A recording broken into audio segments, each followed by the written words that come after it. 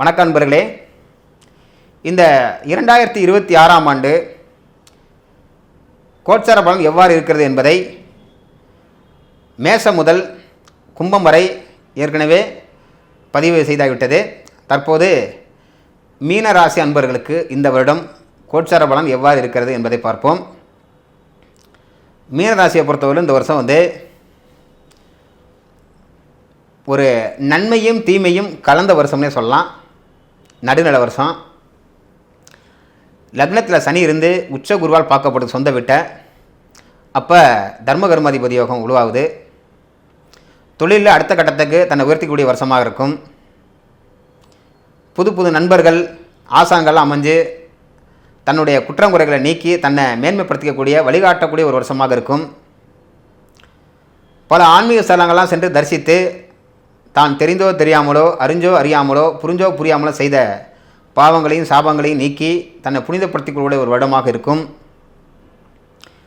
குலதெய்வம், இஷ்ட தெய்வம், எல்லை தெய்வம், பாரம்பரியமாக நம்ம வீட்டில் வழிபட்டுக்கிட்டக்கூடிய கன்னி தெய்வங்கள்லாம் போன்றவற்றை ஜோதிடர்களிடமோ ஆன்மீகரிடமோ கேட்டு தெரிந்து அவர்கள் சொன்னவாறு அதுக்குண்டான பூஜைகள்லாம் செஞ்சு இந்த வருஷம் ஒரு அனுகிரகம் பெறக்கூடிய வருஷமாக இருக்கும். அதே சமயத்தில் 30 வயதுக்கு மேற்பட்டவர்களுக்கு இந்த வருஷம் பொங்கு சனியாக இருக்கும். அவங்க இந்த வருஷம் வீடு கட்டுறது, நிலம் வாங்கிறது, வாகனங்கள் வாங்கிறது, பிள்ளைகளுக்கு எதிர்காலத்துக்கு தேவையான இன்சூரன்ஸ் எல்லாம் போடுறது, இதெல்லாம் வரும். அடுத்து இந்த மீனராசியை சேர்ந்த மாணவ மாணவிகளுக்கு இந்த வருஷம் படிப்பு எப்படி இருக்குன்னு பார்க்கும்பொழுது ஒரு உன்னதமான வருஷமாக இருக்கும். குறிப்பாக தொழிற்கல்வி படிக்கிறவங்க, ஆடை அலங்கார ஆபரண சமாதான தொழில் படிக்கிறவங்க, மருத்துவத்துறை படிக்கிறவங்க, சட்டத்துறை படிக்கிறவங்களுக்கு அந்த வருஷம் ஒரு உன்னதமான வருஷமாக இருக்கும். நல்ல ஆசான்கள் அமைவாங்க, நல்ல புத்தகங்கள் அமையும், படிக்கக்கூடிய கருத்துக்களை கிரகிக்கக்கூடிய சக்தியும், கிரகித்த பலனை பரீட்சையில் நல்லபடியாக தேர்வு எழுதி மதிப்பெண் பெறக்கூடிய பாக்கியமும், சிறந்த மதிப்பெண் அடிப்பதனால் நினைத்த இடத்துல நமக்கு கல்வியெல்லாம் படிக்கிறதுக்கு உண்டான இட வாய்ப்புகள் அமைஞ்சு ஒரு உன்னதமான மகிழ்ச்சியான வருஷமாக இருக்கும். இந்த வருஷம் உழைப்பு அதிகம், ஊதியமும் அதிகமாக இருக்கும். கொஞ்சம் சிரமம்தான், ஆனால் சிரமத்தக்க பலனும் கிடைக்கும். அதே சமயத்தில் 6ல் இந்த வருஷம் கேது அமையறனால பழைய பகைகள், நோய்கள், கடன்கள் இதெல்லாம் இந்த வருஷம் நிவர்த்தி ஆகும்.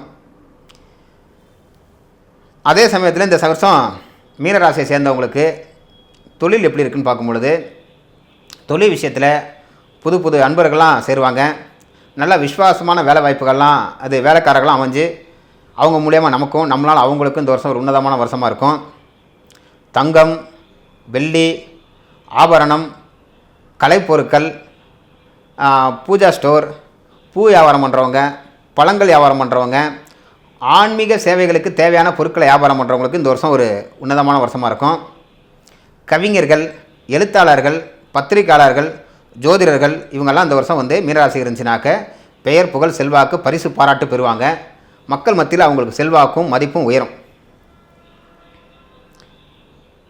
அதே மாதிரி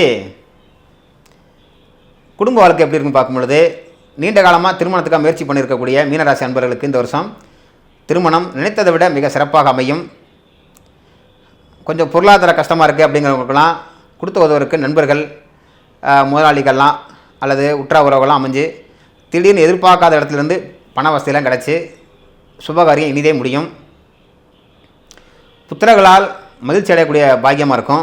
உங்கள் பிள்ளைகளுக்கு இந்த வருஷம் நீங்கள் எடுக்கிற முயற்சிகள்லாம் வெற்றி அடித்து நல்லா ஒரு மகிழ்ச்சியான வருஷமாக இருக்கும். புத்திர பாக்கியத்துக்காக இயங்கிட்டு இருக்கக்கூடிய தம்பதிகளுக்கு இந்த வருஷம் எளிய முறையில், அதாவது ஏற்கனவே கஷ்டப்பட்டு மருத்துவம் பார்த்து அமையாதவங்களுக்கு கூட இந்த வருஷம் சாதாரணமான முறையிலேயே இயற்கையாகவே நல்லபடியாக புத்திர பாக்கியம் அமையும். பொதுவாக இந்த வருஷம் மீனராசி நேயர்களுக்கு ஒரு நல்ல வருஷம்னே சொல்லலாம்.